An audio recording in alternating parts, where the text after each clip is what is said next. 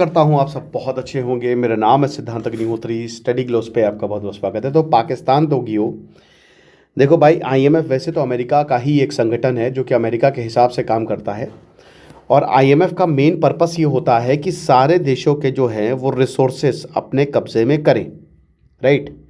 लेकिन क्या ऐसा होगा? क्या इस बार अमेरिका सफल होगा? तो चलिए एक एक करके जानते हैं।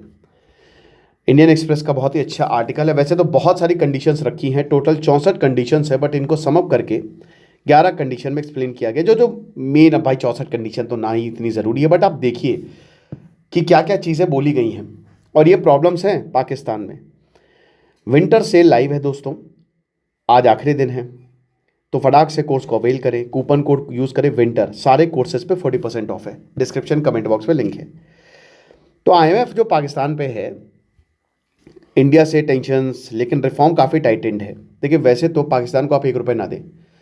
अभी धुरंधर आप देख के आए होंगे और उसमें आपने देखा होगा कि पाकिस्तान को फंड्स मिल रहे हैं, इसलिए पाकिस्तान आतंकवाद फैला रहा है। तो जितनी भी हत्याएं हो रही हैं, जैसे पहलगांव हमले में इतने लोग मारे गए, उन सब का जिम्मा इन सबके ऊपर है। एक्चुअल में खूनी कौन है जो इनको फंड कर रहा है? IMF, America, West Asia. ठीक है, आप पैसे ही मत दो, पैसा नहीं दोगे तो हथियार ही नहीं आएंगे। लेकिन भाई अमेरिका चाहता है कि इंडिया पाकिस्तान लड़ते रहे, वरना उसका धंधा कैसे चलेगा? तो आईएमएफ कहता है कि बिजनेस और रेपुटेशनल रिस्क जो है पाकिस्तान में वो कम हुआ है। क्यों? इंडिया के साथ टेंशन जो है वो बहुत भयानक हो गई थी। मई में ऐसा लग रहा था कि पता नहीं क्या हो जाएगा, लेकिन अब शांति है, तो रिस्क कम हुआ है। इसकी वजह से जो पाकिस्तान को लेकर हमारा व्यू था वो बदला है, राइट। हमको लग रहा था कि शायद आईएमएफ का फंड्स जो है वो मिसयूज करेगा पाकिस्तान, बट ऐसा अब नहीं लग रहा है, ठीक है। लेकिन रिफॉर्म कंडीशंस जो हैं वो काफ़ी टाइट हैं। आईएमएफ ने, भाई देखो, आईएमएफ ने कहा कि तुम अपनी पीआईए को, जो तुम्हारी पाकिस्तानी इंटरनेशनल एयरलाइंस है, उसको भेजो, बेचो। अब उसको खरीदने के लिए फौजी इंटरनेशनल, यानी कि जो आर्मी की ही कंपनी है जो 1962 के दौरान बनी थी, उसी को ही जो है वो लगा दिया कि यही खरीद लेगी। पाकिस्तान 25 बार पाकिस्तान अभी तक आईएमएफ की भीख पर पल रहा है। आईएमएफ पैसा फेंकता है, पाकिस्तान लेता है। अभी एक्सटेंडेड फंड फैसिलिटी, अब इसके तहत जो है $7 बिलियन देने तो थे, लेकिन वो अभी तक दिए नहीं है। $1 बिलियन जो है वो ईएफएफ के हिसाब से इनको मिलने थे, वो मिले भी, मतलब टोटल $7 बिलियन थे, ठीक है। वो पार्ट ऑफ $7 बिलियन था जो कि 3 साल का बेल आउट प्रोग्राम है, उसके तहत कि अभी थोड़ी भीख रख लो। $200 मिलियन जो है वो climate focused RSF, climate focused resilience और सस्टेनेबिलिटी फैसिलिटी। अब इसका मतलब क्या है? देखिए, पाकिस्तान कहता है कि क्लाइमेट चेंज की मार सबसे ज़्यादा हमको पड़ी है, तो आप हमको पैसे दीजिए ताकि हम क्लाइमेट चेंज को रिवर्स कर सकें। लेकिन क्या आपको पता है कि जो डेल्टा है पाकिस्तान का, 20 लाख लोग प्रभावित हैं, और इंडस वैली का जो डेल्टा है, इंडस रिवर का डेल्टा है, डेल्टा एक लैंडफॉर्म होता है। जब नदी समुद्र से मिलने वाली होती है तो बहुत सारी धाराओं में बढ़ जाती है, क्योंकि सारे सेडिमेंट्स को वहाँ पे इकट्ठा कर देती है। उसी से लैंडफॉर्म, यानी कि ज़मीन, और बहुत सारे लोग वहाँ पे रहते हैं। दुनिया का सबसे बड़ा डेल्टा सुंदरबन है, ठीक है। लेकिन हुआ क्या? वो डेल्टा, अब पानी आ रहा है और पाकिस्तान की जूं तक नहीं रेंग रही। अर्थक्वेक का, फ्लड का पैसा इन्होंने आतंकवाद में लगाया है। तो कैसे आईएमएफ कह सकता है कि $200 मिलियन का जो हम इनको देंगे पैसा, वो ये क्लाइमेट चेंज में लगाएंगे? कुछ नहीं लगाने वाले, ये सब आतंकवाद में लगाएंगे पैसा। अभी तक आईएमएफ ने $3.3 बिलियन डिस्बर्समेंट किया है, इतना पैसा दिया है। Why India mattered? क्योंकि पहलगांव टेरर अटैक के बाद भारत ने ऑपरेशन सिंदूर किया, और उसके बाद फिर भारत ने ये जो इस्लामिक मुजाहिदीन फंड है, भारत ने बोला कि ये तो ऐसे ही लग रहा है, क्योंकि पाकिस्तान का रिफॉर्म ट्रैक तो बहुत ही पुअर है। आपने इतनी बार पैसा दिए, पाकिस्तान ने उसका क्या किया? कुछ नहीं किया, वो बैठा हुआ है आराम से। समझना चाहिए आपको। और आईएमएफ फंड्स को ही मिसयूज करेगा दोबारा से वो भारत के खिलाफ इन फंड्स को यूज करेगा, आतंकवादी हमले होंगे। इसकी जिम्मेदारी कौन होगा अगर इंडिया पाकिस्तान की जो टेंशन है वो राइज होती हैं? तो आईएमएफ ने बोला कि देखिए, रेपुटेशनल और एंटरप्राइजेज रिस्क हैं, हम इससे मना नहीं कर रहे हैं। अब आईएमएफ की जो इंपॉर्टेंट कंडीशंस है, सबसे पहली बात तो ये है, 11 न्यू रिफॉर्म बेंचमार्क है। इसमें द मोस्ट इंपॉर्टेंट कि भाई जो पाकिस्तान का एसेट डिक्लेरेशन है वो आपको करने पड़ेंगे। यानी कि जो भी पब्लिक एसेट है, आप बताइए उनका पैसा क्या है। जैसे अगर मान लीजिए मुझे आपको पैसे देने हैं, तो मैं ये बोलूँगा कि आप जिस घर में रहते हैं उसकी अभी कीमत क्या है, और घर की नहीं, सारे सामान की कीमत बताओ जो भी आपके पास है। तो पाकिस्तान के पास जितने भी पब्लिक एसेट हैं, ठीक है, वो बताएं, उसको आप डिक्लेयर करें। अब ऐसा क्यों है, आईएमएफ बोलेगा कि इनको बेचो।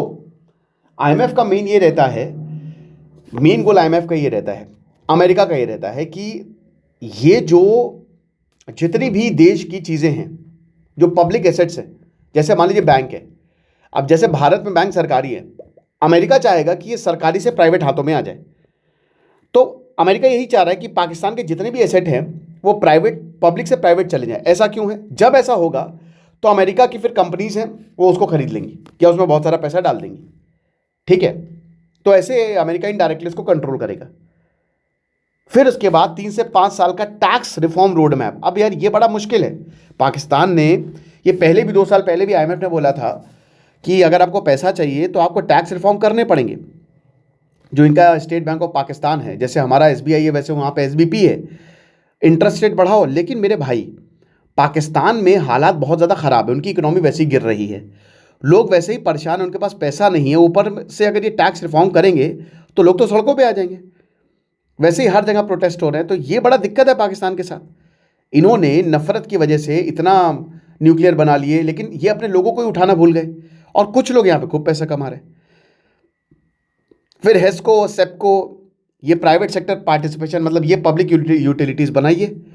इससे जो है, जो आपके पब्लिश, यानी कि प्राइवेट सेक्टर आपके अंदर आएगा, और फिर जो भी हालात ख़राब हैं, देखिए मुझे लगता है कि देखिए पाकिस्तान के सच में पब्लिश जितने भी इनके पब्लिक एसेट हैं, अब वक्त आ गया है कि वो सच में प्राइवेट हाथों में चले जाएं, लेकिन उससे प्रॉब्लम्स आ जाएंगी। पब्लिक प्राइवेट पार्टनरशिप हमेशा बेस्ट रहती है, लेकिन ऐसा हो नहीं पाएगा क्योंकि पाकिस्तान चाहता है कि सब कुछ हमारे पास रहे, राइट। तो ये चीज़ है। उसके बाद फिर शुगर मार्केट कंट्रोल बहुत ज़्यादा है।